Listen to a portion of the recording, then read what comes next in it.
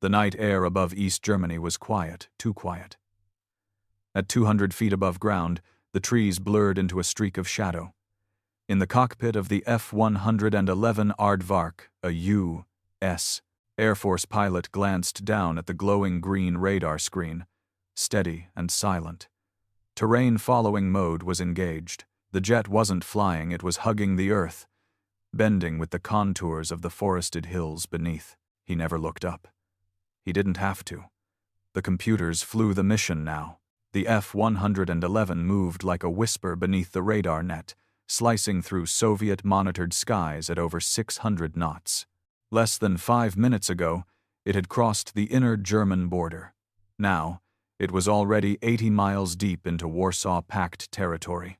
On Soviet radar scopes, it did not exist. No contact, no altitude. Just silence, and then impact. A mock target station at an abandoned East German airfield lit up in a flash of light. A plume of smoke rose behind it. In NATO command centers far away, analysts watched live telemetry confirm it. The strike had landed. And the Soviet air defense response? Nothing. No launches. No interceptions. No tracking. Just confused reports from border garrisons claiming to have heard something fast, followed by radar crews stating simply, "We didn't see a thing." It was one of dozens of NATO simulations, and in every one, the result was the same. The F-111 had outflown the Soviet radar net, bypassed their surface-to-air missile belts, and struck behind the front lines completely undetected. But this wasn't just a training fluke. During real-world operations, from Vietnam to Libya, the F-111 proved it could do what no bomber before had accomplished: fly fast, fly low, and strike without warning. In the 1,970 seconds, it was a weapon without a counter. Soviet radar doctrine simply wasn't built for it. They mocked it at first, called it unstable, overcomplicated, a maintenance queen. But when it penetrated their skies unseen again and again, those same commanders had to confront a truth more terrifying than any bomb. They could be attacked and never even know it. Because the F-111 didn't just fly under radar. It flew under the entire concept of Soviet air defense, and no one, not in Moscow, not in the bunker crews, not in the SAM batteries, was ready. In the war rooms of the Soviet PVO Streny, the vast national air defense network that stretched from Poland to Vladivostok, one assumption guided everything. Altitude meant threat. Their entire system was calibrated around high-speed, high-altitude penetrators, B-52 seconds, SR-71 seconds, and supersonic bombers that had to fly over the top of missile rings and radar domes to reach their targets. The thinking was clear. If you controlled the skies from 30,000 feet and up, you controlled your territory. Radar nets were built accordingly. Long-range P-14 Tall King and P-35 Barlock radars scanned the upper air corridors. Surface-to-air missile systems like the S-75, SA-2, S-125, SA-3, and the fearsome S-200 SA-5 were designed to intercept targets at medium to high altitude, supported by interceptor squadrons of MiG-21 seconds and MiG-25 seconds, stationed across key zones. But almost no one asked a dangerous question. What if the attack doesn't come from above, but from below? Soviet doctrine discounted low-altitude penetration as suicidal. Flying below 1,000 feet was considered too dangerous, too vulnerable to small arms fire, and operationally unsustainable. Only helicopters flew that low, and they didn't carry deep strike capability. Fixed-wing bombers? They were meant to fly high and fast. That's why the arrival of the F-111 confused and infuriated Soviet planners. The West had seemingly built a contradiction, a supersonic jet that flew low. Not only that, but it flew low at night, in any weather, guided not by pilots watching terrain but by onboard computers using terrain-following radar. And worse still, it worked. Reports from East German observers during NATO exercises in the late 1,970 seconds indicated sightings of ghost jets audible but invisible. Radar operators logged high-speed noise bursts that never registered on screens. Post-strike assessments showed mock targets obliterated without warning or detection. Moscow dismissed it as propaganda. Terrain following radar is unreliable, one Soviet avionics engineer declared in a debrief. Flying at treetop height will crash your plane, not evade our missiles. But the F-111 didn't crash. It didn't get shot down. And it didn't get seen. This was the room of wrong assumptions, where Soviet commanders believed their radar lines were airtight, their missile systems omnipotent, and their doctrine unshakable. In that room, there was no place for the F-111. It wasn't supposed to exist, and because it wasn't supposed to exist, it was ignored until it was too late. Because while the Soviets looked up for threats, the F-111 had already slipped beneath their feet. Soviet air defense doctrine in the late 960 seconds through the 980 seconds, was a masterpiece of vertical dominance. It wasn't just a layered defense, it was a vertical trap. Bombers entering from high altitude would first be picked up by long-range search radars, then tracked by height-finding arrays, before being engaged by SAMs or vectored MiGs at optimal engagement windows. It was a web, but only for those flying high. Western intelligence knew this. But while the Soviets doubled down on their vertical kill chains, the Americans designed a system to fly beneath it, the F-111 Aardvark. This wasn't a bomber in the traditional sense. It was a variable geometry, supersonic strike aircraft with a computer-controlled terrain-following radar system. What that meant, in practical terms, was that an F-111 could fly at just 200 feet above ground, day or night, rain or clear skies, over valleys, rivers, or forests automatically. It didn't need to jam Soviet radar. It simply stayed out of its view, and Soviet doctrine, rigid, proud, and altitude-obsessed, had no answer. Air defense teams in Warsaw Pact states were trained to spot targets above 5,000 feet. Low-flying objects were assumed to be helicopters or ground clutter. Ground-based radars were elevated to focus on threats at altitude. Even interceptors were designed for upward engagements.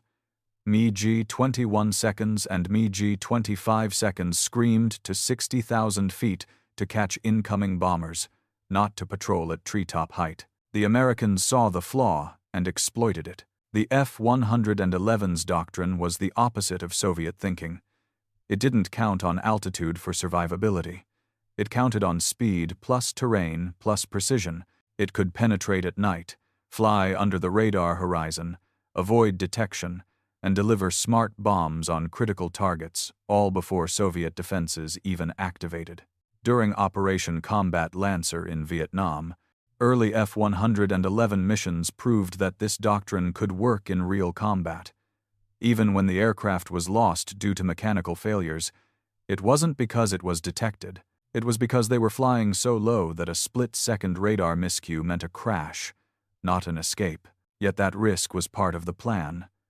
Survivability came not from avoidance, but from invisibility by profile. Back in Moscow, senior generals refused to believe it. Their strategy didn't need adjustment, it needed more range, more height, more missiles. The idea that an aircraft could fly under the very assumptions their system was built on, that was madness.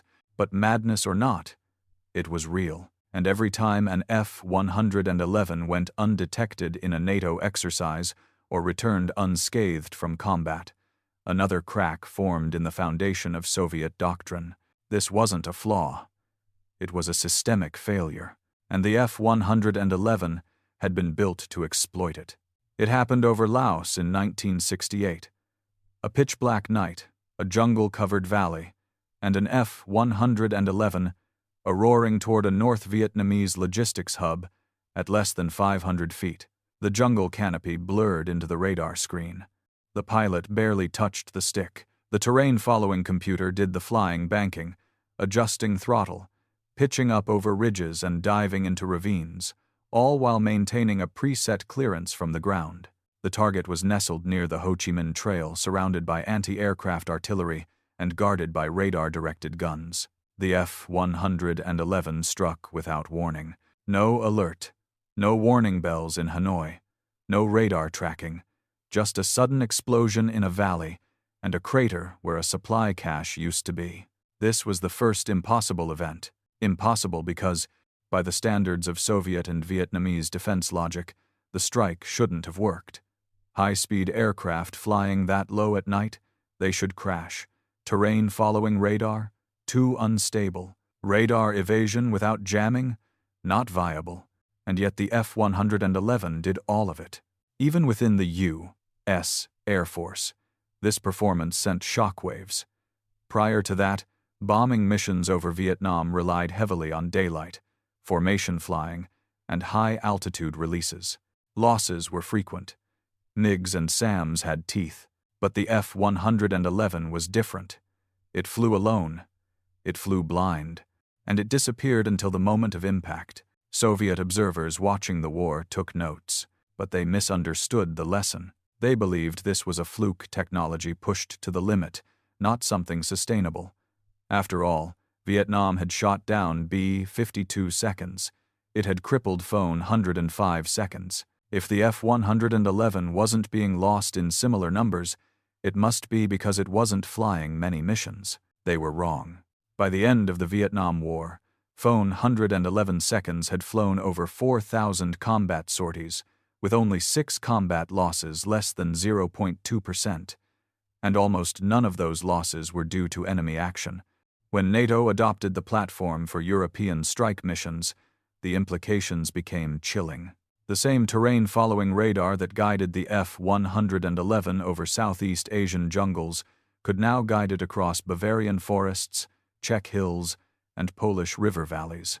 Entire Warsaw Pact command centers could be targeted and destroyed before Soviet radar crews even registered an inbound signal, and they didn't even need a moonlit night to do it. In one NATO exercise, phone 111 seconds penetrated East German radar networks in total darkness, dropped mock bombs on strategic targets, and returned to base all without triggering a single missile launch. Soviet radar logs reported possible anomalies, but no confirmed tracks. This was no longer theory. It was operational reality. The impossible had happened, and the Soviets had no idea how to stop it. The reports arriving at Soviet General Staff headquarters were bizarre. Too fast, too low, no radar confirmation. Targets struck without detection.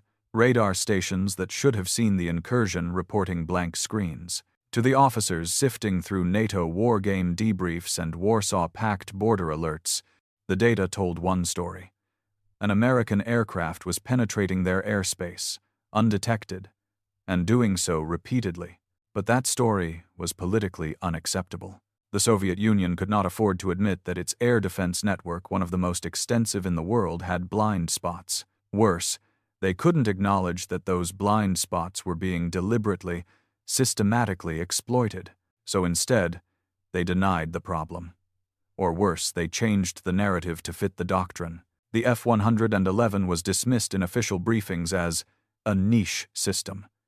It was too complex, too costly, and too reliant on technology that was bound to fail in a real war. Soviet analysts claimed the terrain-following radar would crash the aircraft in rugged terrain.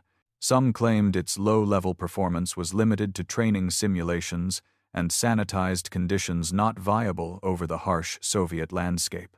But by the late 1970 seconds, those explanations were cracking.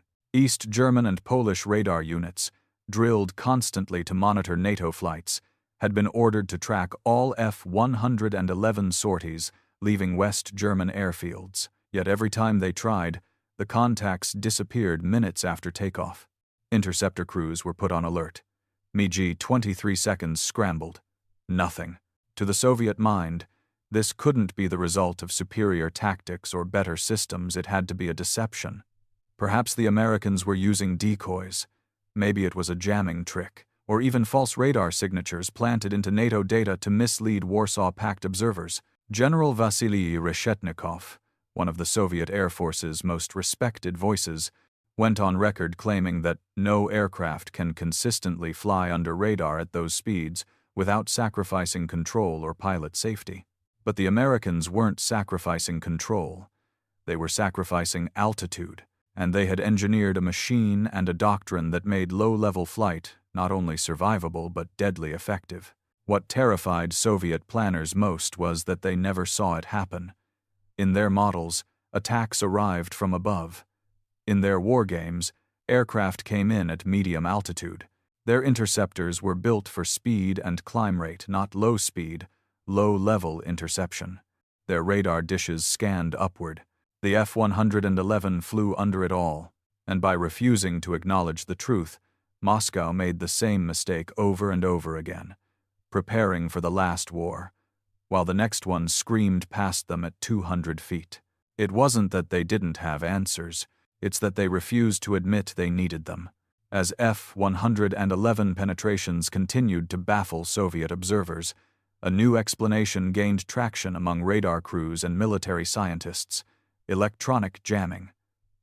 It made sense on paper. If a jet wasn't appearing on screens, perhaps it was flooding Soviet radars with false returns, scrambling their signals, or masking its radar cross-section with deception. This idea became gospel. The Americans weren't invisible, they were just clever. The F-111 must be an airborne jammer, like the EA-6B Prowler or specialized Eland aircraft. Soviet engineers doubled down on anti-jamming protocols. Radar software was upgraded with ECCM electronic countermeasures. Filters were tuned. Beam steering algorithms were adjusted. Still, the F-111 kept vanishing. It wasn't jamming. It wasn't deceiving. It was simply beneath them. Literally. The mistake in Soviet theory was technical arrogance, a belief that radar was absolute, that if something flew through your sector, it had to leave a signature. But radar, like light, has limits, and the Americans had done their homework. The F-111's terrain-following radar didn't interfere with enemy systems. It only read the ground, calculating contours and commanding the flight computer to adjust course and altitude constantly. In other words, it let the aircraft fly nap of the Earth without touching the controls. The plane didn't challenge radar. It ignored it. Soviet ground-based radars, meanwhile, suffered from an immutable law of physics: the radar horizon. Due to Earth's curvature, radar can only see so far, and low-flying objects disappear below that line. Add in terrain masking, valleys, hills, urban clutter, and even the best radar station becomes blind below 1,000 feet. Jamming? Irrelevant. There was nothing to jam. The F-111's profile never entered the radar's view. And even when airborne radar platforms were deployed, MiG-25 seconds or early AWACS attempts, they still couldn't fix the problem. Those systems were built to track strategic bombers at high altitude, not whispering shadows flying through canyons at 600 knots. Soviet commanders refused to accept that their multi-billion ruble defense grid had a floor, that underneath their vaunted missile domes was a tunnel of invisibility, so they blamed jamming. They deployed more radars, they extended search windows, they tried to triangulate phantom returns. Nothing worked, because the real enemy wasn't technology, it was assumption. The Americans had stopped playing by radar rules, and the F-111 was the first aircraft that turned altitude into a liability and terrain into a shield. It didn't defeat radar. It bypassed its logic entirely. When electronic jamming failed as an explanation, Soviet defense planners shifted their focus again, this time to sensor saturation. Their new theory went like this: perhaps the F-111 was exploiting radar coverage gaps between stations. The network wasn't broken, just overstretched. Gaps in overlapping radar zones might allow a brief corridor for the F-111 to slip through unseen. The fix? More radar sites, tighter spacing, coordinated tracking across sectors. If they filled in the gaps, they reasoned, they would finally catch the shadow. And so they built. Dozens of mobile radar stations were deployed along the Warsaw Pact's western frontier. Coordination protocols between East German, Polish, and Soviet radar command were enhanced. Interceptor bases were put on high alert status at night, ready to respond to any fast-moving low-altitude signal. And yet the penetrations continued. Not only did the phone 111 seconds remain undetected, they were now penetrating deeper, flying through simulated SAM zones and striking NATO target markers in Poland without triggering a single alarm. Soviet radar crews were now chasing ghosts, because they'd misunderstood the second part of the F-111's design. Not only did it fly under radar coverage, it flew in a profile that radar couldn't process. Soviet radars filtered out fast, low-moving ground clutter. That's because such returns caused by cars, trees, animals, or rough terrain were constant, chaotic, and irrelevant. To make screens readable, computers discarded those signals as noise. But the F-111 exploited that very filter. It moved at speeds similar to a fast-moving ground return, but too low and inconsistent to generate a traditional radar track.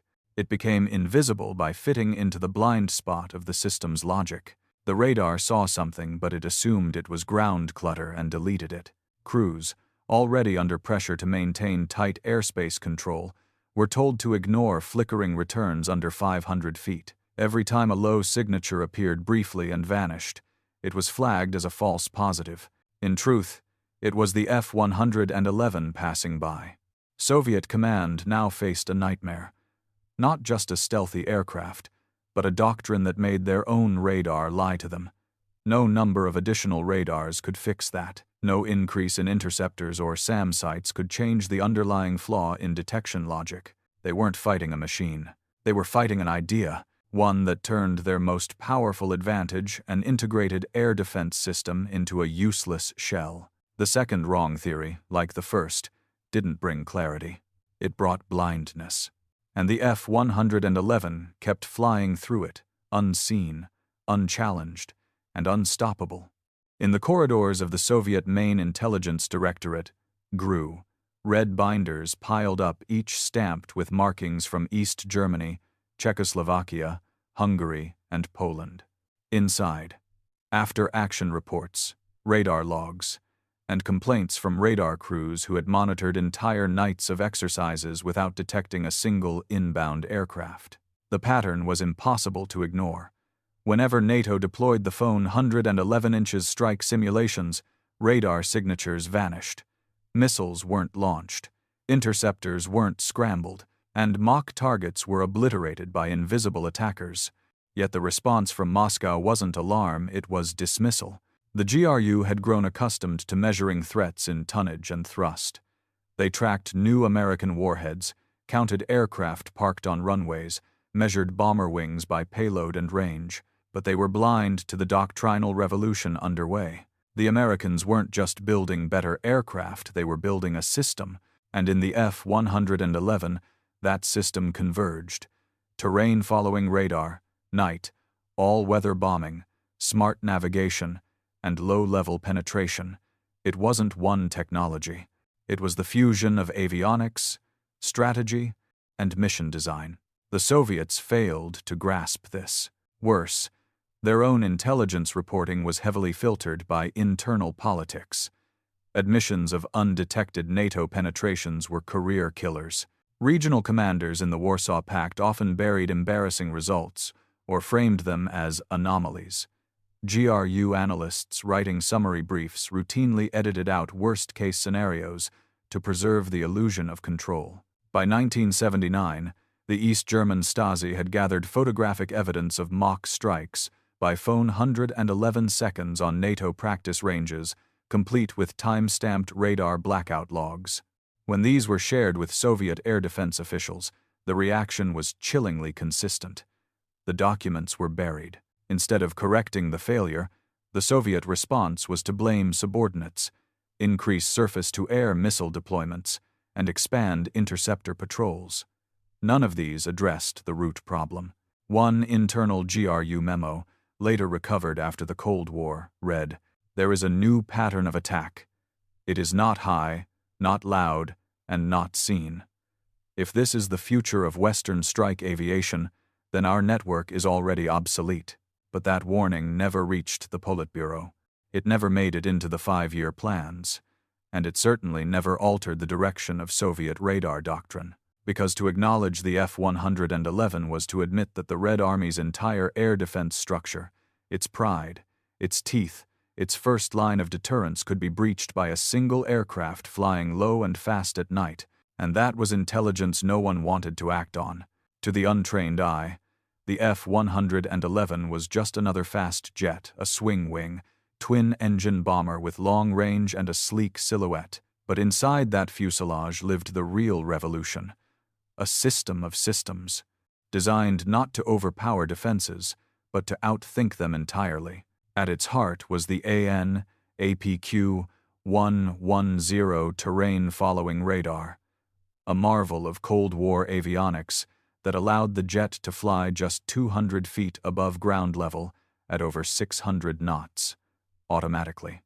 No pilot input, no guesswork. The computer read the terrain and guided the aircraft along a safe path, adjusting constantly to maintain altitude above trees, rivers, and mountains. This wasn't just flying low, it was flying smart. But the F-111 was only the spearhead. It was part of a doctrine called deep interdiction. The mission: penetrate enemy territory at night or in bad weather, fly under radar, and deliver a precision strike against command centers, bridges, or airfields long before a conventional war even began. This doctrine relied on more than just speed or surprise. It required coordination with electronic warfare aircraft like the F-111A Raven, which jammed radar corridors ahead of the strike package, and with AWACS systems that monitored airspace in real time. And the weapons? Laser-guided bombs, cluster munitions, and later, precision-guided standoff missiles. The F-111 didn't carpet bomb. It decapitated targets. Soviet planners, obsessed with attrition and volume, had no analog. They built layers of SAM belts, each intended to wear down wave after wave of incoming bombers. They assumed NATO would strike like they would, en masse, at altitude, supported by sheer numbers. Their strategy was attrition-based defense make the cost too high, not the target unreachable. The F-111 broke that model. It flew alone. It hit the target, and it got out before a single missile lit up. In exercises like Red Flag, F-111 crews trained against the most advanced U.S. air defense simulations. They practiced terrain masking in the Rocky Mountains, radar evasion in stormy skies, and time on-target strikes to the second. This wasn't theory, it was repeatable, tested warfare. And when the Gulf War erupted in 1991, the F-111F showed what this system could really do. In the first 48 hours of Operation Desert Storm, F-111 seconds flew more night missions than any other strike aircraft. They obliterated Saddam's airfields, command bunkers, and armored divisions, many using laser-guided bombs dropped from under radar detection range. Soviet-supplied radar stations were useless. Iraqi SAMs never locked on. In one operation, F-111 seconds destroyed over 1,500 armored vehicles. This was the ultimate proof of concept. Not only had the F-111 system defeated Soviet radar design, it had made it irrelevant. Because this wasn't just a bomber. It was a doctrine in flight, and the Soviet Union had no answer for it. The decisive moment didn't come over Soviet territory, it came over Libya. In April 1986, under Operation El Dorado Canyon, U.S., President Ronald Reagan ordered a coordinated airstrike against Muammar Gaddafi's regime, following a string of state-sponsored terror attacks. The mission required pinpoint strikes deep inside Libyan territory, well beyond the reach of carrier-based aircraft alone. Enter the F-111F. Launching from Royal Air Force bases in England, 18 F-111 seconds took off under cover of night. Each aircraft flew thousands of kilometers, navigating through contested European airspace, past NATO radar stations, over the Mediterranean Sea, all without detection by hostile radar. Their target: Libyan air defense centers, military barracks, and Gaddafi's own compound. Libya, heavily supplied with Soviet hardware, had an air defense grid modeled after the Soviet Union's. SA-2 seconds, SA-3 seconds, and SA-5 surface-to-air missiles, P-12 and P-35 radar stations, and Soviet-trained crews all were primed for engagement. On paper, it was an iron wall, but the phone 111 seconds never appeared on Libyan radar. Flying as low as 200 feet above sea level, the strike group used terrain-following radar to stay below detection. Libyan SAM operators never saw the threat until bombs were already falling. Multiple targets were destroyed. Gaddafi's compound was damaged. Radar stations went silent. Not a single F-111 was shot down during the strike. The Soviets watched in horror. Their exported systems had failed utterly. And if the same strike profile could defeat Libyan defenses, it could do the same in Eastern Europe or Moscow itself. The humiliation wasn't theoretical. It was broadcast live on Western news. Satellite images showed destroyed bunkers. Libyan tapes captured panicked air defense chatter. Soviet advisors in Tripoli filed grim reports back to Moscow. No radar contact, no launch, no interception. For Soviet air defense generals, the implications were devastating. If a single squadron of phone 111 seconds could render a Soviet-modeled system useless, what would happen in a real war? What if hundreds of these aircraft flooded in from NATO bases, hitting Warsaw-packed command posts, airfields, bridges? The F-111 wasn't just a threat. It was a demonstration of Western dominance, and the Soviets had no counter. In the aftermath, Soviet engineers scrambled to revise radar software, lower detection angles, and increase training against low-level threats. But it was too late. The F-111 had done what no MiG or SAM could anticipate. It had made the enemy irrelevant before the fight even began. And the final insult? The mission had originated from England, flown over international waters, evaded dozens of radar networks, and struck with surgical precision, all while flying under the very systems that the Soviet Union had claimed could defend any ally. The F-111 didn't just win a battle. It exposed a doctrine. It humiliated a system, and it redefined what airpower looked like in the shadow of the Cold War. In the final years of the Cold War, the Soviet air defense apparatus remained enormous. Hundreds of radar stations, thousands of surface-to-air missiles, and tens of thousands of trained personnel. On paper, it was still the most formidable network on Earth. But by the late 1980 seconds, its most important feature was invisible. It no longer worked. The F-111 didn't just challenge Soviet systems, it nullified them. For decades, the Soviet Union had measured strength in scale. Bigger radars, more interceptors, longer missile ranges, but they'd been chasing a phantom. Their entire model was designed for a high-altitude threat that had quietly become obsolete. And worse still, their faith in the invincibility of this network had become ideological. To the Soviet mind, air defense was a symbol of superiority. It protected cities, projected deterrence, and reassured allies that Soviet technology could keep them safe from the West. To admit that a Western aircraft could fly through it undetected, strike its heart, and vanish before an alert was even raised that wasn't just a military problem, it was an existential one. And the F-111 proved it wasn't an outlier. By 1991, the Gulf War confirmed what NATO had already known: terrain-following strike doctrine, precision targeting, and low-level penetration had rendered traditional air defense nearly meaningless. F-117 Nighthawks flew untouched over Baghdad. F-15Es delivered precision strikes. Cruise missiles hugged the terrain like the F-111 had been doing for years. The doctrine had gone from experimental to operational. The future had arrived, and the Soviets couldn't follow. Their attempts to build a counter-platform like the Su-24 Fencer were impressive, but lacked the avionics fusion that made the F-111 so lethal. Their ground networks couldn't adapt fast enough. Their radars, designed to dominate the skies, had never been taught to look down. In the final months of the Cold War, this realization sank in across Soviet air defense circles. No amount of missile deployments, no new interceptors, no expanded radar fields could close the doctrinal gap that the F-111 had opened. The system had failed, not because it was poorly built, but because it had been built to fight a war that no longer existed.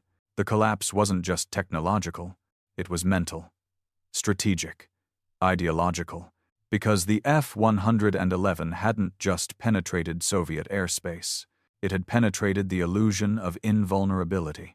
And in the quiet halls of the Kremlin, where radar maps once glowed with confidence, a different glow now remained, the cold light of defeat. Today, the F-111 no longer flies. Retired from active duty in 1998, its swept wings and long fuselage now rest quietly in museums, airfields, and static displays. But make no mistake, its legacy hasn't faded. Because while the jet is gone, its shadow still haunts every radar dome built since. Modern air defense systems, Russian S-400 seconds, Chinese HQ-9 seconds, and even NATO's Integrated Air Command, now factor in what the F-111 proved, that speed and altitude are no longer enough, and that true strike power comes from systemic invisibility, not brute force. Terrain-following flight became a staple of modern doctrine. Precision-guided munitions and night penetration strikes are now the norm, not the exception. The very idea of flying under the radar is no longer a metaphor. It's a tactic. And the jet that made it real was the F-111. In retrospect, its contribution to the Cold War was as much psychological as strategic. It created a class of threat the Soviets couldn't stop, couldn't see, and couldn't understand. It wasn't stealth, at least not in the modern sense, but it accomplished the same result: confusion, paralysis, and deterrence by capability. For Soviet radar crews who served in the 1,970 seconds and 1,980 seconds, the F-111 remains the aircraft that shouldn't have worked, but did. They never saw it coming. They never locked onto it. And even after exercises were reviewed, radars were recalibrated, and doctrines were rewritten, the same conclusion echoed in classified postmortems. We have no counter. The ghost of the F-111 lives on, not in its airframe, but in the silence it left behind, in radar logs that showed nothing before a target exploded, in interceptors that scrambled too late, in Soviet generals who watched, helpless, as their sky was violated not by overwhelming force but by perfect precision, flying just beneath their reach. The F-111 didn't win a war, but it ended an era of Soviet certainty, and in every low-flying strike aircraft that came after, in every doctrine that embraced the terrain as ally instead of obstacle, the legacy of the Aardvark flies on, unseen, unstoppable, and unforgettable.